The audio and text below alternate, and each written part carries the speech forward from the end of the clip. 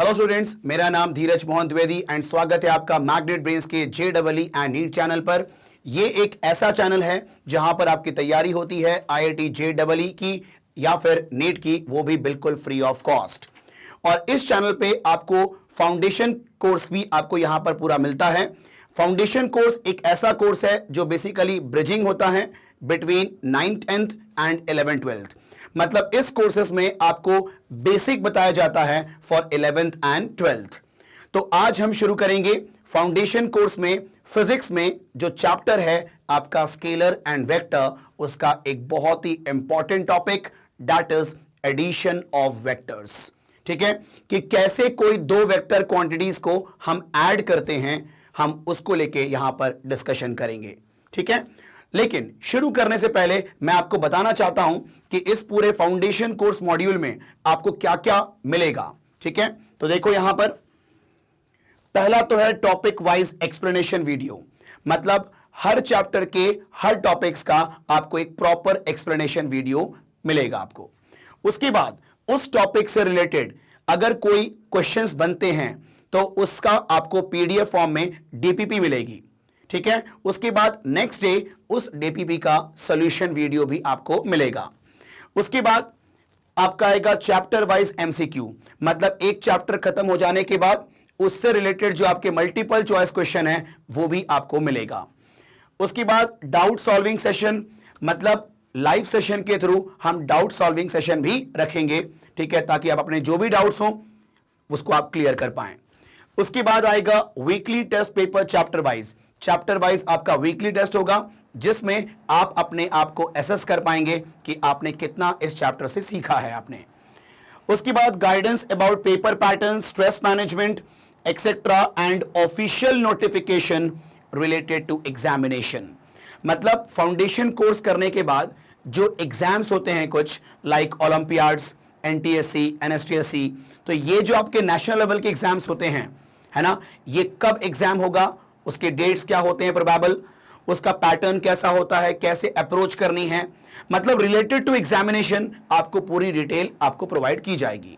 ठीक है, उसके बाद chapter wise one shot revision, हर चैप्टर खत्म होने के बाद उसका एक वन शॉट रिवीजन वीडियो भी आपको मिलेगा ताकि आप एक साथ उसको रिवाइज कर पाएं। एंड लास्ट में आपका है ऑनलाइन टेस्ट सीरीज, जिसमें आप ऑनलाइन फॉर्म में टेस्ट दे सकते हैं। यहां पर भी आपको मौका मिलेगा अपने आप को एसेस करने का। तो इतना सब कुछ आपको मिलता है इस पूरे फाउंडेशन कोर्स मॉड्यूल में। ठीक है, चलें तो शुरू करते हैं अपन अपना टॉपिक एडिशन ऑफ वेक्टर्स। ठीक है, अब मेरी बात को पहले सुनना ध्यान से। देखो क्या होता है, कोई भी दो वेक्टर क्वांटिटीज को, है ना, अगर मुझे ऐड करना है तो हम उनके मैग्नीट्यूड को सिंपल ऐड नहीं कर सकते। ठीक है, मेरी बात को सुनना ध्यान से। अगर मान लो कोई कहता है कि इस एक पर्टिकुलर ऑब्जेक्ट पे दो फोर्सेस लग रहे हैं, है ना, एक फोर्स की वैल्यू है मान लो 20 न्यूटन और एक फोर्स की वैल्यू मान लो 10 न्यूटन है, तो नेट फोर्स कितना होगा उसके ऊपर? आप बोलोगे 30 न्यूटन। नहीं, ऐसा नहीं बोल सकते। 30 हो भी सकता है, नहीं भी हो सकता है।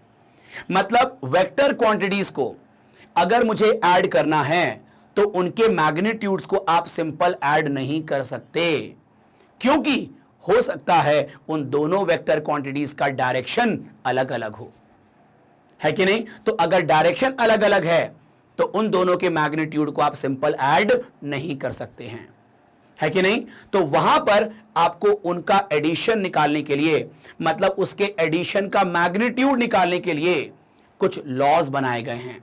ठीक है, जो कि प्रैक्टिकली प्रूवन है। ठीक है, तो वो क्या लॉज हैं वो अपन को अभी यहां पर देखना है। ठीक है, तो चलें शुरू करते हैं। अभी मेरी बात को सुनना ध्यान से, इधर देखो। मान लो आपके पास दो वेक्टर है। ठीक है, एक वेक्टर A है, इसका डायरेक्शन इस तरफ है ना, और एक वेक्टर B है, इसका डायरेक्शन इस तरफ है। ठीक है, और इसका जो लेंथ है वो क्या शो करेगा? इसका मैग्नीट्यूड। तो मान लो इसका जो लेंथ है वो A है। ठीक है, तो A उसका क्या होगा? मैग्नीट्यूड, है ना। अगर उसके ऊपर एरो नहीं लगा होता है तो वो उसके मैग्नीट्यूड को शो करता है ना। ठीक है, मतलब एरो की लेंथ को शो करता है वो। ठीक, नाउ इसका मैग्नीट्यूड कितना मान लिया मैंने? B मान लिया। ठीक, अब इन दोनों वेक्टर को ऐड करना है और मुझे रिजल्टेंट वेक्टर निकालना है। ठीक है, तो मेरा इंटेंशन है ए वेक्टर और बी वेक्टर को ऐड करना है और रिजल्टेंट वेक्टर निकालना है, मतलब एडिशन का रिजल्टेंट निकालना है मुझे। ठीक है, तो ये जो लिखा है मैंने R vector equal to A vector plus B vector, इसका मतलब ये नहीं है कि आप सिंपल ए और बी को ऐड कर दो।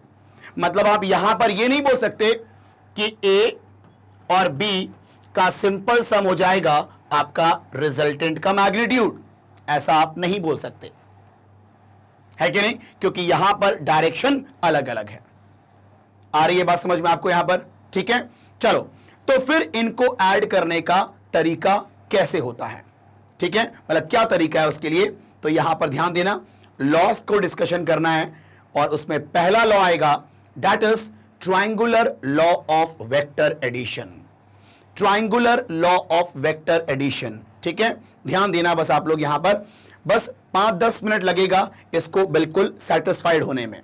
ठीक है, ध्यान देना आप लोग यहां पर। देखो, what is triangular law of vector addition?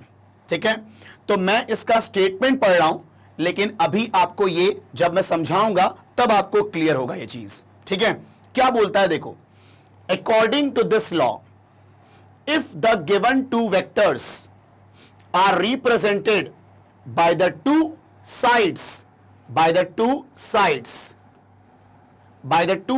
of triangle in the same order, then their addition is represented by third side of the triangle in the opposite order.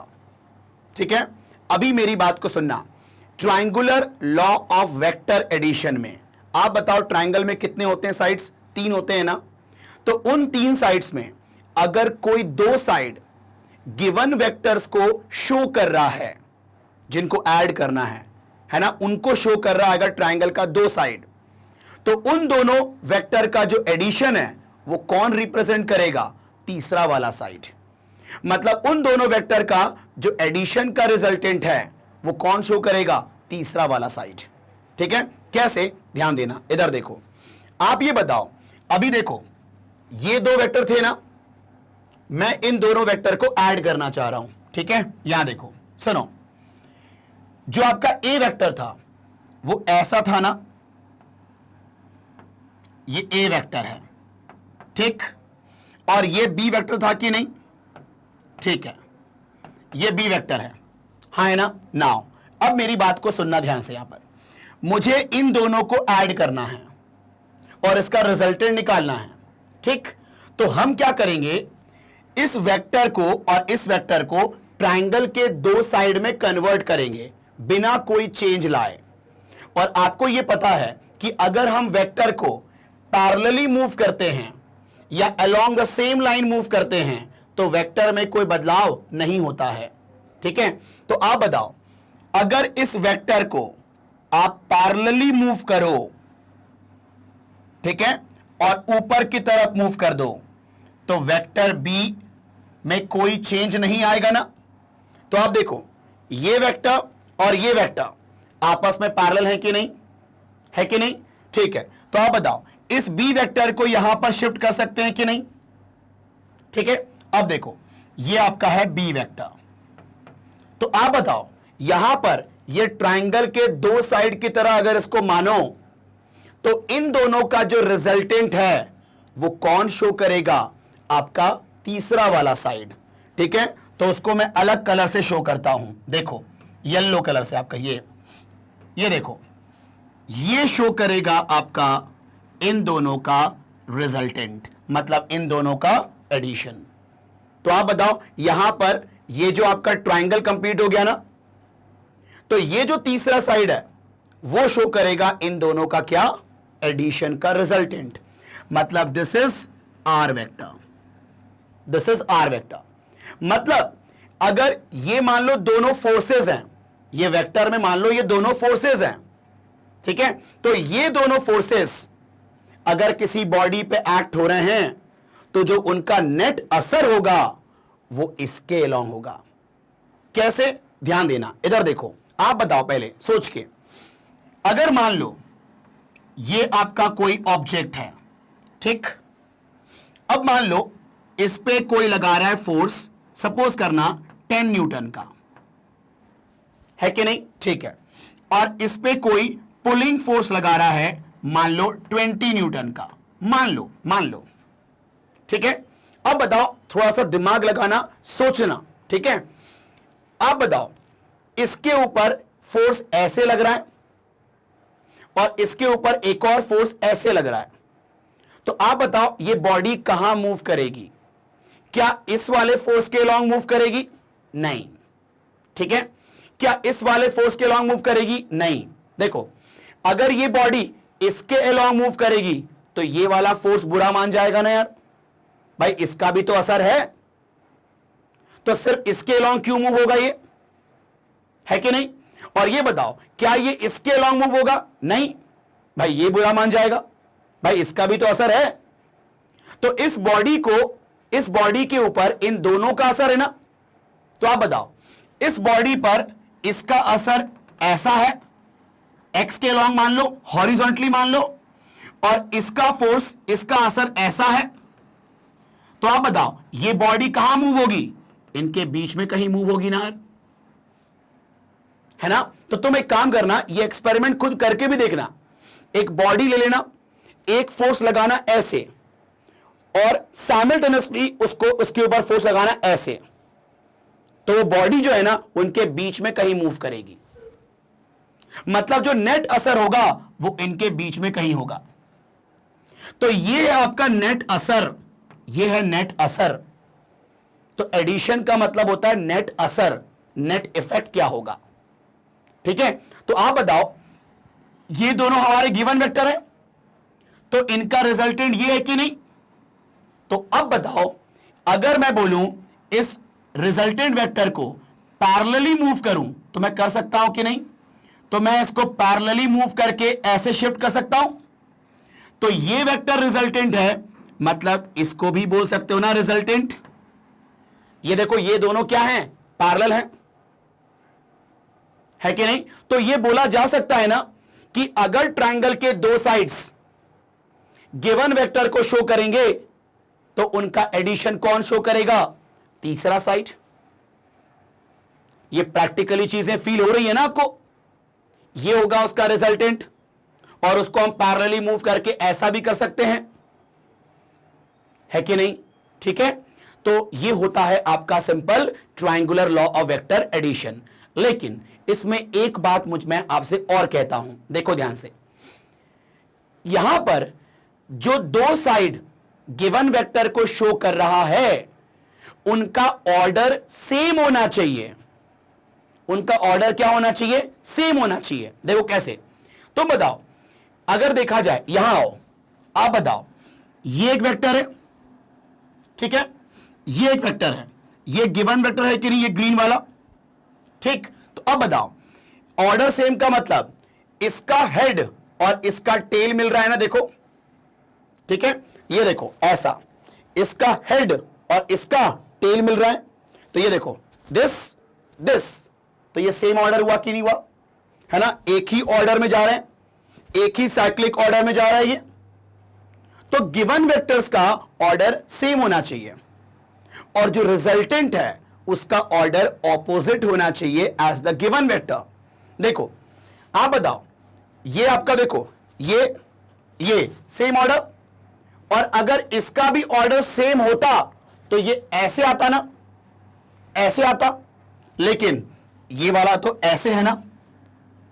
तो इसका जो अगर मान लेते हैं कि इसका एंटी क्लॉकवाइज ऑर्डर है, तो इसका क्लॉकवाइज ऑर्डर हो गया ना आपका। और देखो, ऑपोजिट ऑर्डर का मतलब दोनों का हेड और हेड मिल रहा है, ठीक है। तो याद रखना आप लोग, जो एडिशन का रिजल्टेंट होता है उसका ऑर्डर ऑपोजिट होता है, ठीक है, गिवन वेक्टर्स के। Is it clear? ठीक है। तो ये शो करेगा इन दोनों वेक्टर का रिजल्टेंट। Is it clear? कोई दिक्कत तो नहीं यहां पर? ठीक है। अब देखो, अगर मैं ये कह रहा हूं कि इन दोनों वेक्टर का एडिशन ये वाला वेक्टर शो करेगा, मतलब इस वेक्टर का जो मैग्नीट्यूड होगा, लेंथ ऑफ दैट एरो, वो होगा ना एडिशन का मैग्नीट्यूड, है कि नहीं? तो मैं यहां पर इंटरेस्टेड हूं एडिशन का मैग्नीट्यूड निकालने में, मतलब मैं यहां पर इंटरेस्टेड हूं इस वेक्टर की लेंथ निकालने में। तो मान लेते हैं इस वेक्टर का जो लेंथ है वो r है कि नहीं? तो मैं r की वैल्यू निकालना चाह रहा हूं, और इस वेक्टर a का तो मैग्नीट्यूड a है और इस वेक्टर का मैग्नीट्यूड b है, मतलब इसकी लेंथ a है और इसकी लेंथ b है कि नहीं? ठीक है। अब देखो मैं r की वैल्यू निकाल रहा हूं, ठीक है, लेकिन आप बताओ इन दोनों का डायरेक्शन अलग अलग है ना, ये इस तरफ है, ये इस तरफ है, तो मतलब दोनों वेक्टर के बीच में एक एंगल एग्जिस्ट कर रहा है ना, ठीक है? तो कौन सा एंगल होगा इन दोनों के बीच का? तो ये मैंने प्रीवियस वीडियो में मैंने बताया हुआ है कि कैसे कोई दो वेक्टर के बीच का एंगल देखते हैं। तो मेरी बात को सुनना, अगर कोई दो वेक्टर के बीच का एंगल देखना है तो दोनों के टेल को मिलाओ। क्या करो? दोनों के टेल को मिलाओ। आप बताओ इनके बीच का एंगल देखना है तो क्या इन दोनों का टेल मिल रहा है क्या? नहीं, इसका टेल है और इसका हेड है। देखो एरो वाले को बोलते हैं ना, ये जो एरो हेड है ये हेड है, और इसका जो ये टेल है, इसका ये टेल है और इसका ये हेड है, लेकिन दोनों का टेल मिलना चाहिए, है ना? तो हम क्या करेंगे, इस वेक्टर को आगे प्रोसीड करोगे तो आप बताओ ये वाला हो जाएगा ना आपका angle between this two vector, say this is theta, तो ये वाला होगा इन दोनों के बीच का एंगल, ना कि ये वाला एंगल, है कि नहीं? तो यहां ध्यान देना, ये हेड है, ठीक है, और ये टेल है इसका, ठीक है, ये हेड है। अगर मुझे इनके बीच का एंगल देखना है तो मैं इसको इसी के लॉन्ग ऐसा मूव कर लूंगा, मैं ये वाला होगा angle between the vectors. Is it clear? तो एंगल इस तरीके से देखा जाता है ताकि दोनों का टेल मिले, है ना? ठीक है, तो यहां पर ये होगा angle between this and this vector. Is it clear? ठीक है। नाउ अब ध्यान देना, मुझे निकालनी है r की वैल्यू, तो इसके लिए मैं कुछ करने वाला हूं, ध्यान देना, इधर देखो पहले।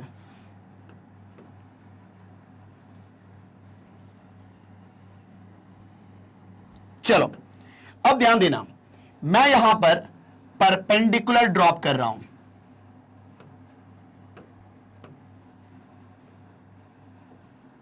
ठीक है, डॉटेड से शो कर देता हूं मैंने यहां पर परपेंडिकुलर ड्रॉप कर दिया, ठीक। चलो अब मैं नेमिंग कर रहा हूं, मैं इसको बोल रहा हूं P Q R S, ठीक है। चलो अब एक काम करते हैं, यहां पर बड़े वाले ट्राइंगल में, बड़े वाले राइट ट्राइंगल में पाइथागोरस थ्योरम यूज करेंगे ना, ठीक है। मुझे r की वैल्यू निकालनी है, तो आप बताओ ये जो r है वो बड़े वाले राइट ट्राइंगल का हाइपोटेन्यूज है कि नहीं, ठीक है। तो आप बताओ, देख के यहां पर r मतलब हाइपोटेन्यूज का स्क्वायर, ये काम करो ऐसे लिख दो, in triangle what PRS, PRS बोलो, PS square is equal to आपका SR स्क्वायर या RS square plus PR square. This is Pythagoras theorem ना, ठीक है। नाउ अब देखो, ये जो PS है उसको तुमने R माना हुआ है ना, ठीक है, तो ये हो जाएगा आपका R उसका स्क्वायर इक्वल टू, ये अभी RS को वैसे ही छोड़ो, प्लस PR स्क्वायर, तो यहां देखो PR स्क्वायर, तो तुम बताओ PR को ब्रेक कर सकते हैं क्या, PQ प्लस QR, ठीक है, तो इसको ब्रेक करो, PQ प्लस QR, और उसका क्या चल रहा है, होल स्क्वायर, ठीक। अब बताओ, ये जो PQ है इसकी लेंथ A है ना, ये आपका गिवन वेक्टर है, इसकी लेंथ A है ना, इसका मैग्नीट्यूड, ठीक है। तो आप बताओ, ये R square equal to RS square plus PQ को क्या लिख सकते हो आप, A, और ये आपका QR whole square. Is it clear? ठीक है। अभी एक काम करो, इसको इक्वेशन नंबर 1 देके अभी छोड़ दो। अब मैं पहले वैल्यू अरेंज करूंगा मैं RS और QR की, जुगाड़ करते हैं इसकी वैल्यू। आओ देखो, अब मैं क्या करूंगा, इस छोटे वाले राइट ट्रायंगल में मैं ट्रिग्नोमेट्री का इस्तेमाल करूंगा मैं, ठीक है। देखो, इन ट्रायंगल व्हाट, QRS, ठीक है। अब ध्यान देना, यहां पर मैं ट्रिग्नोमेट्री इस्तेमाल कर रहा हूं साइन थीटा। तो साइन थीटा होता है ratio of perpendicular and hypotenuse, ये रेशियो होता है साइन थीटा, ठीक है। तो ये देखो, sine theta is equal to what, perpendicular upon hypotenuse, और परपेंडिकुलर कितना है RS, और हाइपोटेन्यूज जो है ये आपका गिवन वेक्टर है ना, इसकी लेंथ कितनी है b। आप बताओ इसकी लेंथ क्या मानेंगे हम लोग, सिंपल b मानेंगे ना हम लोग, ठीक। तो यहां देखो RS अपॉन b, तो यहां से देखो क्या कंक्लूड हुआ, b को क्रॉस इंटू कर दो, तो RS equal to b into sine theta ना, b sine theta equal to what, RS। Is it clear, ठीक है। चलो भाई, RS की वैल्यू मिल गई। नाउ अब इसी ट्रायंगल में मैं कॉस थीटा का भी इस्तेमाल करूंगा। तो कॉस थीटा क्या होता है, बेस अपॉन हाइपोटेन्यूज, ठीक है। तो आप बताओ, cos theta is base, base is QR, and again hypotenuse is what, आपका B। क्लियर, ठीक है। तो ये हो जाएगा आपका B।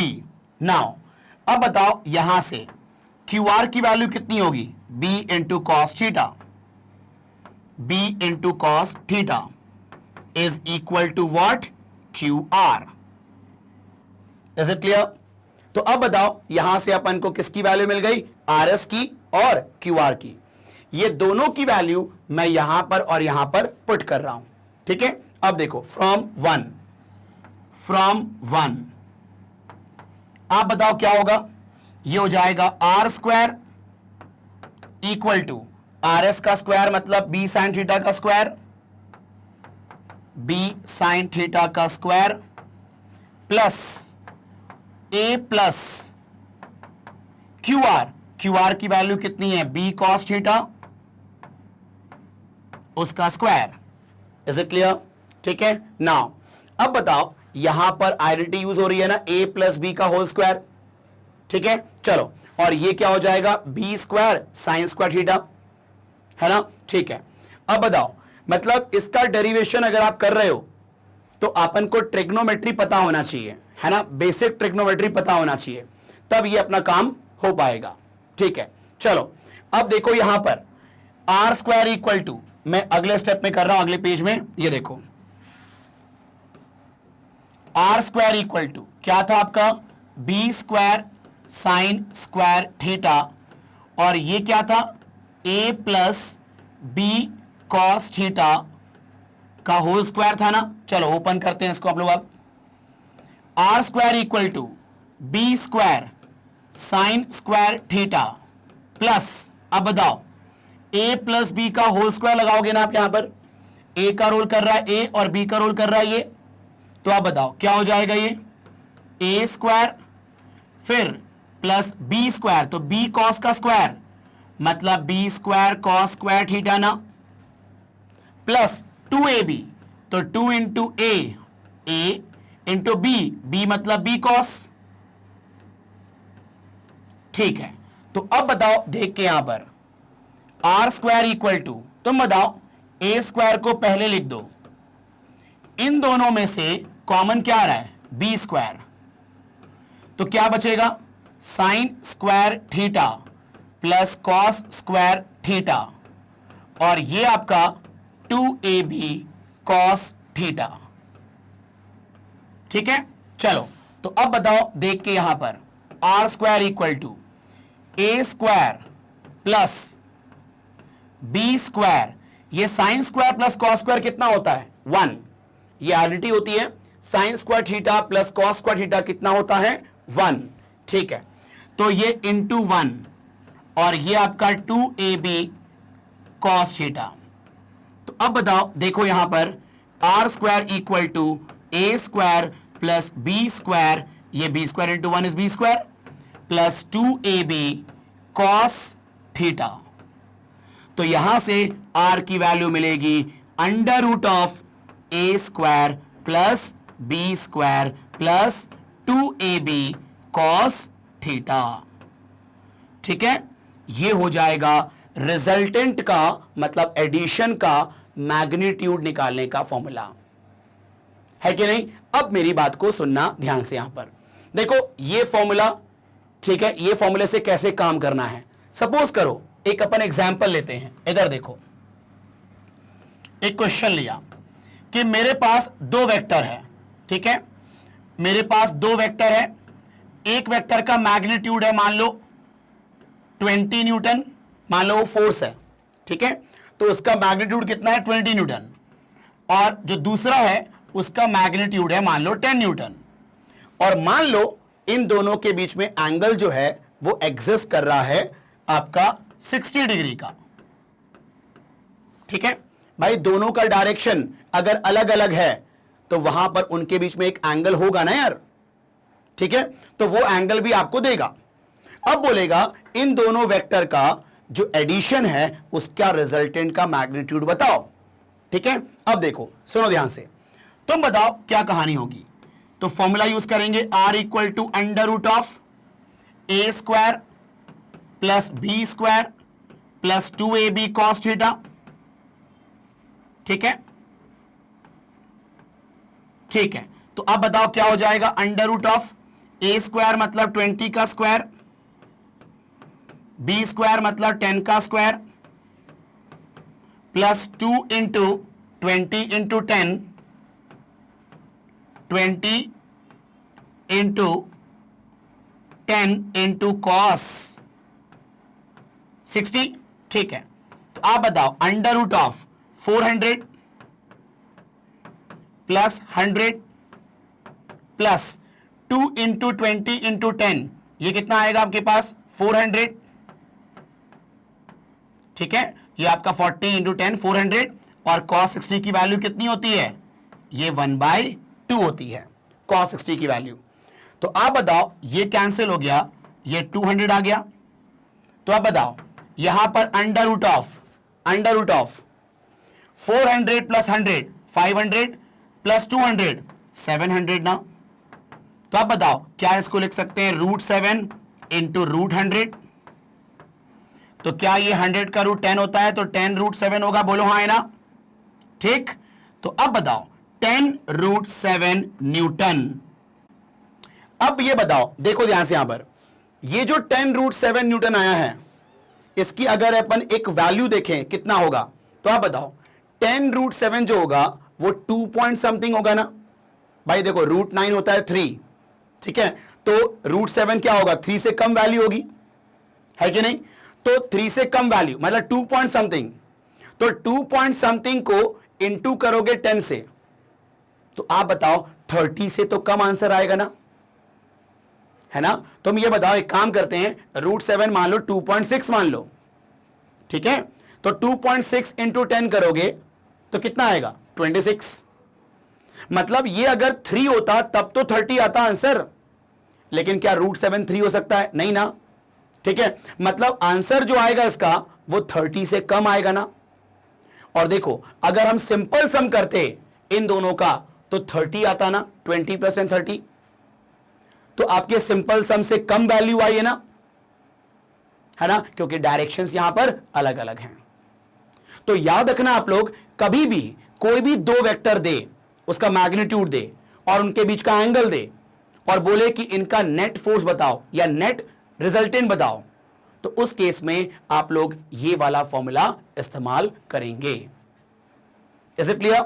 ठीक है, अब यहां पर ध्यान से सुनना मेरी बात को। देखो किसी ने कहा कि यार दो फोर्सेस हैं, उन दोनों फोर्सेस को ऐड करो, ठीक है, और रिजल्टेंट फाइंड करो, मतलब एडिशन का मैग्नीट्यूड फाइंड करो। ठीक है, तुम ये बताओ दो फोर्सेस को जब ऐड करेंगे तो जो रिजल्ट मिलेगा वो भी एक फोर्स ही होगा ना, मतलब दो वेक्टर को जब ऐड करेंगे तो जो रिजल्ट मिलेगा वो भी एक वेक्टर होगा ना। तो वो जो रिजल्टेंट वेक्टर होगा उसका मैग्नीट्यूड निकालने का तो फॉर्मूला हमने देख लिया, लेकिन उस रिजल्टेंट वेक्टर का डायरेक्शन भी तो होगा भाई, वेक्टर है तो डायरेक्शन भी होगा। तो उस रिजल्टेंट वेक्टर का मतलब एडिशन के बाद जो वेक्टर आया है उसका डायरेक्शन कैसे बताओगे? और तुम किसी का डायरेक्शन कैसे बताते हो? एंगल के टर्म्स में ना। आप बताओ, बोलना हो मुझे डायरेक्शन तो हम ऐसा बोलते हैं ये इस तरफ होगा, ऐसे थोड़ी ना बोलोगे कि इस तरफ होगा, इस तरफ होगा। कैसे बोलोगे? आप एंगल के टर्म से बोलोगे 30 degree from this, 45 degree from this. मतलब किसी रेफरेंस से उसका एंगल बताओगे ना, कितने एंगल पे है वो। ये तरीका होता है ना डायरेक्शन बताने का, है कि नहीं? तो मैंने यहां पर क्या कहा कि अगर आपको रिजल्टेंट का मतलब एडिशन का जो रिजल्टेंट है उसका डायरेक्शन बताना है, मतलब उसका एंगल बताना होगा किसी के रेफरेंस में। ठीक है, तो मेरी बात को सुनो ध्यान से, इधर देखो, यहां देखो, आप बताओ ये आपका रिजल्टेंट है ना, ठीक है। मुझे इस रिजल्टेंट का जो मैग्नीट्यूड है उसका निकालने का तो फॉर्मूला दे दिया मैंने आपको, लेकिन अब अगर मुझे इसका डायरेक्शन बताना है तो मैं मान लेता हूं कि ए के साथ उसका एंगल कितना है, अल्फा है। अगर ये अल्फा निकालने का फॉर्मूला मिल जाए तो उससे मैं बता सकता हूं ना कि जो रिजल्टेंट है, जो एडिशन का रिजल्ट है, वो इतने एंगल पे होगा ए से। तो इस अल्फा को निकालने के लिए हम यहां पर देखते हैं क्या फॉर्मूला होगा। देखो सुनो, यहां पर मैं बड़े वाले ट्रायंगल में RSP में, ठीक है, मैं यहां पर यूज कर रहा हूं tan थीटा, मतलब tan का फॉर्मूला यूज कर रहा हूं मैं। तो आप बताओ बड़े राइट ट्रायंगल में PRS में tan अल्फा क्या होगा, परपेंडिकुलर बाय बेस। tan का फॉर्मूला होता है परपेंडिकुलर बाय बेस। तो यहां पर देखो, मैं इधर बात कर लेता हूं, यह काम करते हैं नेक्स्ट में ही बात कर लेते हैं, बेटर रहेगा। ठीक है, देखो direction of resultant, direction of resultant, ठीक है। चलो अब ध्यान देना, मैं यहां पर आपको पहले डायग्राम बता देता हूं। tan alpha equal to RS upon PR, ठीक है कि नहीं है? ठीक है, चलो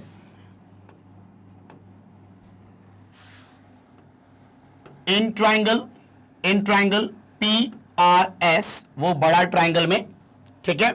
आप बताओ tan alpha is equal to perpendicular, that is RS था वो perpendicular, upon base that is PR, ठीक।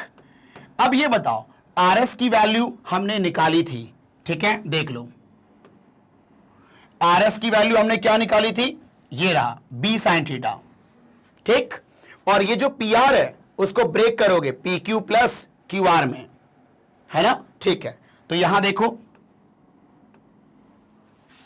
RS की वैल्यू B sin थीटा निकाली थी मैंने, और PR को ब्रेक करेंगे PQ प्लस QR में, और B sin थीटा,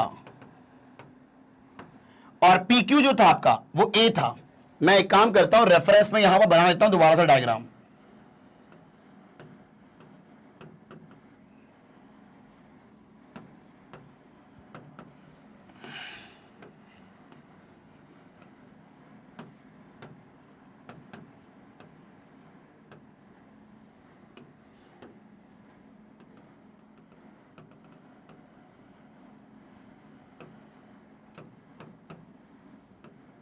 ठीक है, ये थीटा था आपका, है ना। तो आप बताओ यहां पर देखो, तो PQ को सॉरी PR को ब्रेक कर दिया PQ प्लस QR, और PQ की वैल्यू कितनी है A, इसकी जो लेंथ है वो A है, और QR हमने निकाला था अभी, ठीक है, that is B cos theta, B cos theta. तो ये फॉर्मूला होता है tan अल्फा निकालने का। Is it clear? ठीक है, तो अगर आपको दो वेक्टर दे दिया जाए A और B, तो इसका मैग्नीट्यूड आपको दिया है, उनके बीच का एंगल देगा थीटा, तो ये तीनों वैल्यू जब यहां पर पुट करोगे तो आपकी एक वैल्यू आएगी और फिर वहां से देखना कि वो tan अल्फा में अल्फा के कौन से एंगल में वो वैल्यू आएगी। मान लो कि आपको ये सॉल्व करने पर आपको मिल रहा है 1/√3। मान लो इसको सॉल्व करने पर 1/√3 मिल रहा है, तो आप बताओ tan अल्फा 1/√3 कब मिलता है? जब अल्फा की वैल्यू 30 डिग्री होती है। तो वहां से आपको अल्फा की वैल्यू मिल जाएगी, मतलब रिजल्टेंट का डायरेक्शन मिल जाएगा। Is it clear? ठीक है, तो ऐसे काम करते हैं, हाँ है ना? अब मेरी बात को सुनना ध्यान से, इधर देखना। ये तो हो गया आपका डायरेक्शन ऑफ रिजल्टेंट को लेके। अब सुनो, अगर मैं ये कहूं कि अगर मान लो दो फोर्सेस हैं, 20 न्यूटन का और एक 30 न्यूटन का, क्या ऐसा कभी नहीं होगा कि उन दोनों का सिंपल सम रिजल्टेंट का मैग्नीट्यूड होगा? ऐसा होगा, एक केस ऐसा होगा जहां पर उनका सिंपल सम किया जाता है। कब? जब दोनों का डायरेक्शन सेम हो, है ना? कैसे? देखो ध्यान से सुनो, यहां देखो, मान लो ये आपका कोई ब्लॉक है, ठीक है, इसके ऊपर फोर्स लग रहा है एक, मान लो 20 न्यूटन का, ये मान लो ए है, और एक लग रहा है आपका दूसरा फोर्स 10 न्यूटन का, और इस बार दोनों का डायरेक्शन सेम है। और अगर दोनों का डायरेक्शन सेम होता है तो उनके बीच का एंगल 0 डिग्री होता है। Is it clear? ठीक है, तो यहां पर थीटा की वैल्यू कितनी हो जाएगी? 0 डिग्री। तो अब बताओ जो रिजल्टेंट का मैग्नीट्यूड होगा वो होगा √a² plus b² plus 2ab cos theta. ठीक है, तो अब बताओ √a² मतलब 20 का स्क्वायर, b² मतलब 10 का square, plus 2 into 20 into 10 into cos 0 degree. ठीक है, तो कॉस 0 डिग्री। तो अब बताओ, ये हो गया √20 का स्क्वायर 400, 10 का स्क्वायर 100, और ये बताओ ये हो जाएगा कितना? 400। और cos 0 की वैल्यू कितनी होती है? 1 होती है, तो cos 0 की वैल्यू 1। तो आप ये बताओ, ये 400 हुआ ना, 400, 100, 500 और 400 900, तो √900 मतलब ये हो गया 30 ना। तो आप देखो जो रिजल्टेंट आया है वो सिंपल सम के बराबर आया कि नहीं आया? है कि नहीं? तो याद रखना आप लोग, अगर कोई दो वेक्टर का डायरेक्शन सेम होता है तो उनका रिजल्टेंट का मैग्नीट्यूड सिंपल सम करके आ जाता है। और ये मैक्सिमम एडिशन का रिजल्टेंट पॉसिबल है। ये मतलब अगर कोई दो वेक्टर है, एक की वैल्यू 20, एक की वैल्यू 10, तो मैक्सिमम उनका एडिशन आ सकता है आपका 30 सिंपल सम के बराबर। नहीं तो कोई और एंगल अगर हुआ तो रिजल्ट जो है वो आपका 30 से कम आता है। तो ये जो रिजल्टेंट है ना, ये मैक्सिमम रिजल्टेंट है, मैक्सिमम रिजल्ट है ये, है कि नहीं? आ रही है बात समझ में आपको? ठीक है, ये कहानी है। ठीक है, चलो अब तो ये हो गया आपका सिंपल कहानी आपके triangular law of vector addition का, है ना? तो पहले आप लोग एक एक करके इसका स्क्रीनशॉट ले लें, फिर अपन बढ़ेंगे एक और लॉ की तरफ, that is parallelogram law of vector addition. एक और लॉ होता है, ठीक है? चलो तो एक काम करेंगे आप लोग, हाँ पहले इसका स्क्रीनशॉट ले लें, फिर इसका स्क्रीनशॉट ले लें, फिर इसका स्क्रीनशॉट ले लें, फिर आप लोग इसका स्क्रीनशॉट ले लें। चलें अब अपन शुरू करते हैं जो नेक्स्ट आपका लॉ है। ठीक है, एक और लॉ है जिससे हम वेक्टर को ऐड कर सकते हैं। ठीक है, ध्यान देना वो कौन सा लॉ है? That is parallelogram law of vector addition. ठीक है, ये एक और लॉ है जहां से हम कोई दो वेक्टर्स को ऐड कर सकते हैं। ठीक है, ध्यान देना ये लॉ क्या बोलता है। देखो, according to this law, if the given vectors are represented by the adjacent sides of parallelogram. मतलब अगर गिवन वेक्टर्स पैरेललोग्राम के एडजेसेंट साइड से रिप्रेजेंट हो रहा है, देन देयर रिजल्टेंट, मतलब एडिशन का resultant is represented by their diagonal both in magnitude and direction. तो उन दोनों का जो एडिशन का रिजल्टेंट है वो उसका डायगोनल शो करेगा, है ना। तो कैसे, देखो ध्यान से यहां पर, ये देखो, अगर मान लो ये दो वेक्टर है, वेक्टर ए और ये वेक्टर है वेक्टर बी, आप बताओ इस बार इनके बीच का एंगल थीटा होगा ना, यही वाला एंगल होगा क्योंकि दोनों के टेल मिले हुए हैं ना, बोलो ठीक है। ओके, आप बताओ ये पैरेललोग्राम के दो एडजेसेंट साइड दिख रहे हैं कि नहीं दिख रहे हैं? आपको दिख रहे हैं क्या? नहीं दिख रहा है तो कोई बात नहीं, मैं आपको यहां पर पैरेललोग्राम कंप्लीट करके दिखाता हूं। देखो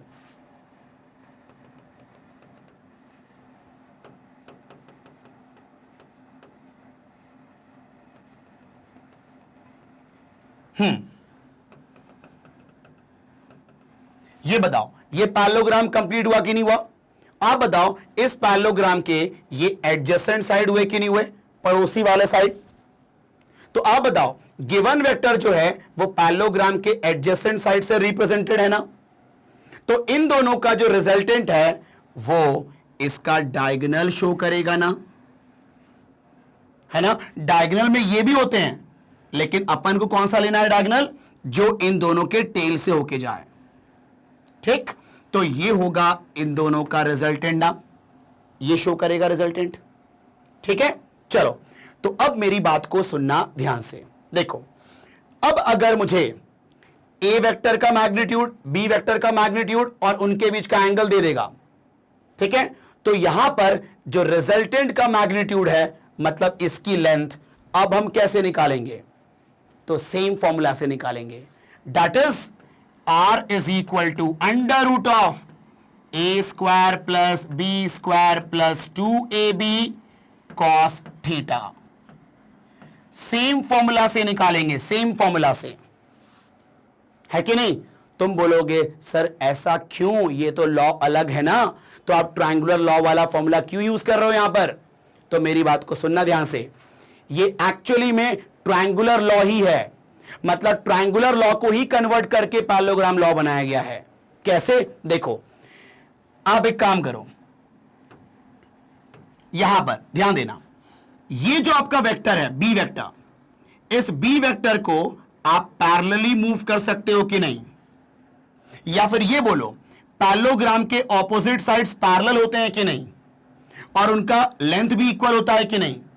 तो अगर ये बी वेक्टर है तो इसको भी तो हम बोल सकते हैं ना बी वेक्टर, इसको भी हम बोल सकते हैं ना बी वेक्टर, बोलो हाँ है ना।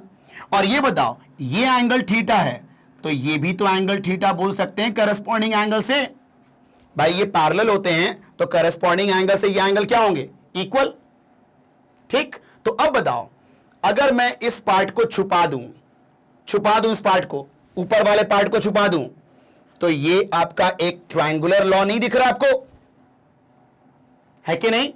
तो आप बताओ आपका ये जो पैरेललोग्राम लॉ था वो ट्रायंगुलर लॉ में कन्वर्ट हो गया कि नहीं हो गया, बिना कोई चेंज किए? इसीलिए इसका फॉर्मूला वही होता है जो ट्रायंगुलर लॉ में होता है कि नहीं?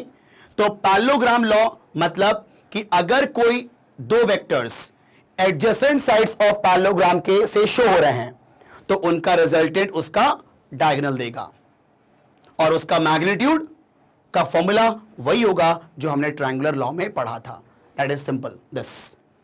यहां पर भी ये जो आपका रिजल्टेंट है इसका जो डायरेक्शन है अल्फा ए के साथ वो वही होगा जो हमने अभी पढ़ा था ट्रायंगुलर लॉ में, that is what, tan alpha is equal to what, b sin theta upon a plus b cos theta. Is it clear? ठीक है, ये कहानी है आपकी, है ना। तो ये होता है आपका simple parallelogram law of vector addition, ठीक है। तो अब जरा आप लोग इसका स्क्रीनशॉट लें, फिर हम बात करते हैं एक और law, that is polygon law of vector addition. ठीक है, चलें इसका स्क्रीनशॉट लें पहले आप लोग। चलें, तो अब अपन देखते हैं यहां पर पॉलीगन लॉ ऑफ वेक्टर। देखो क्या बोल रहा है polygon law of vector addition में। Polygon law of vector addition, आप लोग जानते हो पॉलीगन क्या होता है? ठीक है, एक क्लोज फिगर होता है हैविंग नंबर ऑफ साइड्स। ठीक है, मान लो सपोज करो मैंने ऐसा बोला कि पेंटागन, तो इसमें 5 साइड होते हैं। ठीक है, हेक्सागन, इसमें 6 साइड होंगे। ठीक है, तो ऐसे करके आपका हेप्टागन, ऑक्टागन, नोनागन, मतलब क्लोज फिगर होना चाहिए हैविंग नंबर ऑफ साइड्स। ठीक है, चलो अब ये क्या बोलता है polygon law of vector addition. ठीक है, वो ध्यान सुनना आप लोग। देखो देखो polygon law of vector addition के अकॉर्डिंग क्या स्टेटमेंट है, ध्यान देना। तो स्टेटमेंट ये है कि इफ द गिवन वेक्टर्स, यहां पर पूरा देख लो, according to this law if n-1 sides of n-sided polygon shows a given vectors in the same order, then their resultant is represented by nth side of a polygon in opposite order। इसका मतलब मान लो polygon में n number of sides है। ठीक है, तो उसमें से जो एक कम, मतलब n-1 साइड्स अगर गिवन वेक्टर्स को शो कर रहे हैं, तो जो लास्ट वाला साइड होगा nth साइड, वो क्या शो करेगा, उन सब का एडिशन, मतलब रिजल्टेंट। तो एक काम करते हैं, n की जगह पर मैं ऐसा बोल रहा हूं कि मान लो 6 साइडेड पॉलीगन है, 6 साइडेड पॉलीगन है ना, n तो कुछ भी हो सकता है। तो मैंने मान लिया कि 6 साइडेड पॉलीगन है, तो 6 में से एक कम करो, 5 ना। तो मान लो उस 6 साइडेड पॉलीगन का 5 साइड्स गिवन वेक्टर्स को शो कर रहा है, तो जो आपका 6th वाला साइड होगा वो क्या शो करेगा, उन सब का एडिशन, है कि नहीं? ठीक है, तो यहां पर ध्यान देना, इधर देखो, तो मैं यहां पर 6 साइड का पॉलीगन बना रहा हूं। देखो ध्यान से,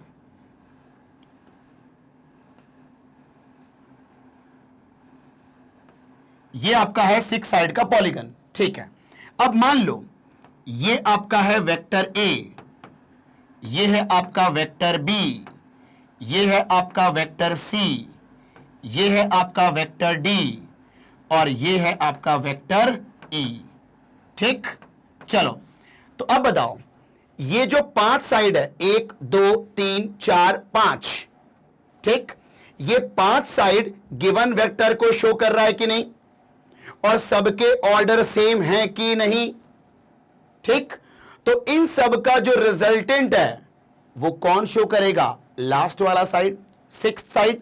तो ये देखो, ये शो करेगा ना इन सब का resultant, this taken in opposite order. और आपको ये पहले ही बता चुका हूं मैं कि रिजल्टेंट का ऑर्डर गिवन वेक्टर के ऑर्डर का ऑपोजिट होता है। तो आप बताओ ये आर वेक्टर होगा कि नहीं होगा? Is it clear? ठीक है, तो यहां पर मेरी बात को सुनना ध्यान से। देखो ये जो आर वेक्टर होगा वो इन सब का क्या होगा, रिजल्टेंट। मतलब R vector is equal to, बोलेंगे ना, A vector plus B vector plus C vector plus D vector plus E vector. ठीक है, तो इन पांचों का रिजल्टेंट ये शो करेगा। तो यहां पर कोई जरूरी तो है नहीं ना कि पॉलीगन में सिर्फ 6 ही साइड हो। अगर मान लो पॉलीगन में 10 साइड हैं, तो अगर 9 साइड गिवन वेक्टर को शो कर रहा है, तो जो 10th साइड होगा वो क्या शो करेगा, उन सब का रिजल्टेंट, है ना। मैंने बोला कि मान लो किसी पॉलीगन में 15 साइड्स हैं, तो उसमें एक कम, मतलब 14 साइड्स अगर शो कर रहा है गिवन वेक्टर, तो जो आपका 15th साइड होगा वो शो करेगा उनका रिजल्टेंट। ऐसा होता है ना। अब तुम बोलोगे सर ऐसा कैसे मान लें हम? तो मेरी बात को सुनना ध्यान से, इधर देखो, थोड़ा दिमाग लगाना, है ना। ये देखो, तुम बताओ अगर मैं सिर्फ ए और बी की बात करें, तो ए वेक्टर और बी वेक्टर आपका सेम ऑर्डर में है कि नहीं? तो इन दोनों का रिजल्टेंट आपका ट्रायंगुलर लॉ के अकॉर्डिंग ये शो करेगा ना। बोलो हाँ है ना। तो आप बताओ ये वाला क्या होगा, A vector plus B vector, मतलब इन दोनों का एडिशन ये शो करेगा, ए वेक्टर प्लस बी वेक्टर। बोलो हाँ है ना। ठीक है, अब बताओ, अब इनको भूल जाओ। तो अब बताओ ये आपका हो गया एक वेक्टर, ये एक हो गया वेक्टर, तो ये ट्रायंगल के दो साइड हो गए ना, तो इन दोनों का एडिशन कौन शो करेगा, ये वाला ना आपका। देखो ऐसा कर लेते हैं, ये शो करेगा ना इन दोनों का रिजल्टेंट, तो इन दोनों का रिजल्टेंट मतलब ये रेड वाला क्या होगा, A vector plus B vector plus C vector होगा ये। ठीक, तो ये वाला क्या हो जाएगा आपका, A vector plus B vector plus C vector. ठीक, अब इनको भूल जाओ। अब देखो ये वाला और ये वाला, ये ट्रायंगल के दो साइड मान लें इन द सेम ऑर्डर, तो इन दोनों का रिजल्टेंट कौन शो करेगा, ये वाला ना। तो ये वाला क्या होगा, ए वेक्टर, ये वाला क्या है, A vector plus B vector plus C vector, और ये डी है, तो ये क्या होगा, A vector plus B vector plus C vector plus D vector. ठीक, अब इनको भूल जाओ और अब बताओ ये वाला और ये वाला, ये ट्रायंगल के दो साइड होंगे कि नहीं होंगे, इन द सेम ऑर्डर 10। ठीक, तो इन दोनों का रिजल्टेंट ये शो करेगा ना। तो आप बताओ ये क्या होगा, A vector plus B vector plus C vector plus D vector plus E vector, इसकी वैल्यू हो जाएगी ये रहा वो, ऐसा। ठीक है, तो यहां पर ये होता है आपका polygon law vector addition. Is it clear. ठीक है, चलें, तो यहां पर अपना खत्म होता है आपका ये एडिशन ऑफ वेक्टर। ठीक है, अब हम लोग नेक्स्ट वीडियो में बात करेंगे इसके ऊपर क्वेश्चंस को लेके कुछ। ठीक है, तो चलें, तो बस ऐसे ही वीडियो को देखने के लिए आपको क्या करना है, सिंपल, आपको मैग्नेट ब्रेन्स का जो JEE एंड नीट चैनल है वहां पर जाना है। वहां पर आपको बहुत सारे कोर्सेज मिलेंगे। ठीक है, IIT JEE का कोर्स, फिर नीट का कोर्स, फिर फाउंडेशन के कोर्सेज, है ना। तो जैसे यहां देखो ये आपके क्रैश कोर्स हैं, JEE physics, JEE chemistry, JEE maths, फिर ऐसे करके आपके पास नीट केमिस्ट्री, नीट फिजिक्स, ठीक है, ये रहेगा आपका। एंड साथ में आपके रहेंगे फाउंडेशन कोर्सेज भी। तो अगर मान लो आपको फाउंडेशन कोर्स पढ़ना है फिजिक्स का, तो जैसे ही आप यहां पर क्लिक करेंगे उसके बाद आपको उनके चैप्टर की लिस्ट मिल जाएगी।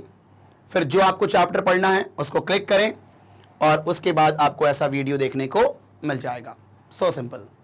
ठीक है, तो बस अंत में यही कहूंगा मैं कि अगर आपको ये वीडियो पसंद आया हो और अगर आपको इस वीडियो से कुछ नॉलेज मिला हो, देन इसको आप लाइक करें। एंड अगर आप चैनल में नए हैं तो उसको जल्दी से सब्सक्राइब करें ताकि कोई भी अपकमिंग वीडियो हो वो आपसे मिस ना हो।